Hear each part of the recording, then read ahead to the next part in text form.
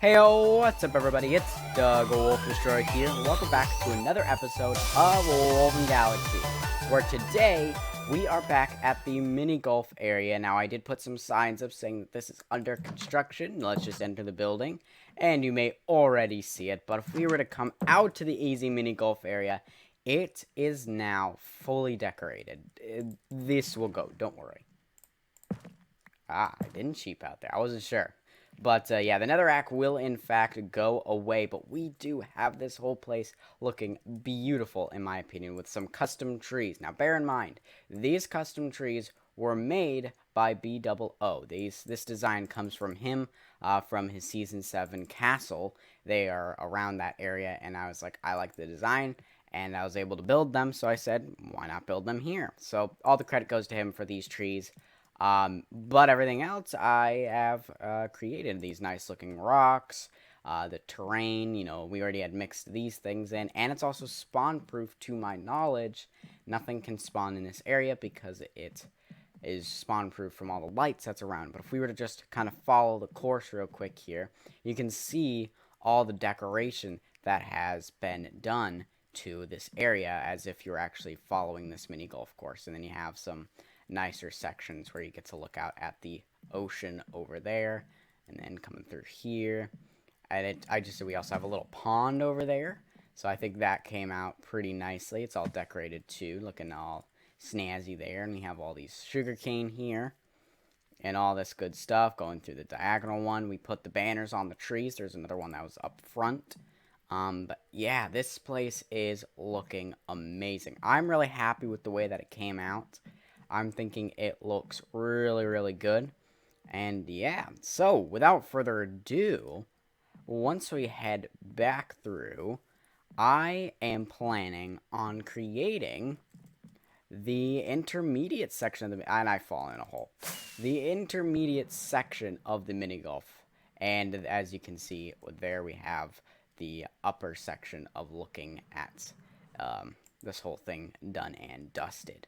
So the intermediate course is going to be in this section in between both of these netherrack. Now, one thing I need to do is bring this line in like to here, so that way there's more space for the hard section and less space for the intermediate. I don't need this much space for intermediate.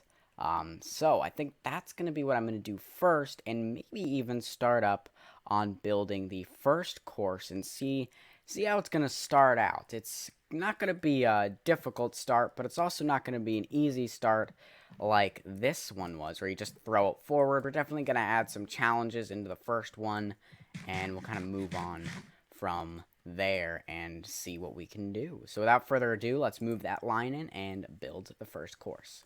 Let's go. I have finished the first 4 holes of the intermediate mini golf. Let me show you what those are looking like so far. Here we have hole 1. Now with this one, you can choose to either go the long way around to get to the hole, or I thought there was just a hole here and not the hopper here, and I got really confused. I was like, wait, is that 1 block too low? And then it just stumped me. So yeah, so you can either go the long way around, or you can go through here, and yeah, it'll launch it up into, I need to get up here. It'll launch it up there, and it's like simulating a ramp, and it'll shoot it out here. Pretty bulky, but I think it looks funny, and adds a little bit Minecraft to mini golf here. So that is hole 1 to start you off. Then hole 2 is this one right here. You have to choose which hole you're going to go into, because one of these 3 will send it back to the beginning, one of them will send it into the hole, and the other one will just plop it right over here. So you have to choose wisely on which one that's going to be. We have hole 3 here, where everything under these red carpets is stone blocks, so you don't want to hit those. So you want to try to get the best way to get to the hole the quickest. And then hole 4 here, you throw it, it'll go up, so we need to go all the way over here, so you're gonna have to walk out. I need to figure out a better way to get you from inside to outside without having to go all the way back out, but I may just leave it that way. So it comes up right here, and we'll shoot the ball out and go to right about here, and then you'll be able to shoot it in there. And that is hole 4. And I plan to continue down a few more holes, but we're not going to do that this episode. We will finish this by the next episode, hopefully. So let me head over to another place, because it's a second project I'd like to work on today. I'm not entirely sure how I found myself in this predicament. I seem to have flown into... Oh, okay. That was an interesting thing. I just went straight there. Yeah, I have appeared... Oh, there we go. Oh, be careful when you're flying not to hit the lantern. But without further ado, let us go.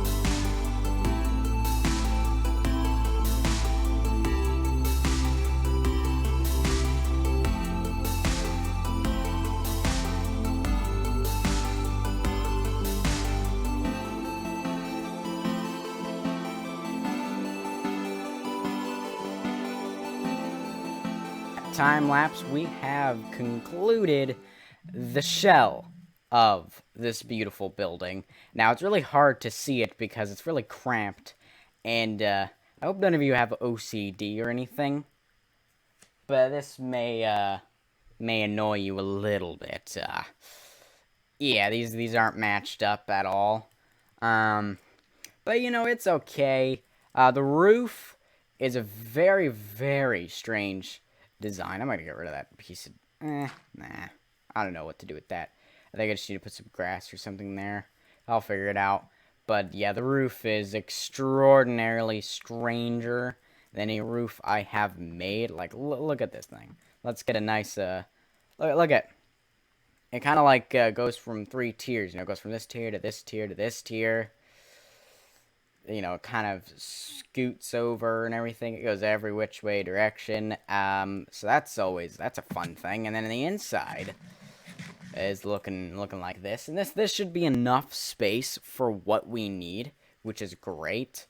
So we'll kind of have you walk in here, and per usual museums, there'll be exhibits. You know, we'll have one on this wall, and this wall, this wall, this wall, and then end with this wall. And then you kind of be like, all right, there's that, and then you leave. So let me grab a door, if I have one. I do. Let's grab a spruce door, and plop it right there. There we go. So the last thing I need to do with this area is add an interior. So I'm going to do that, and I'll meet you back when that's finished.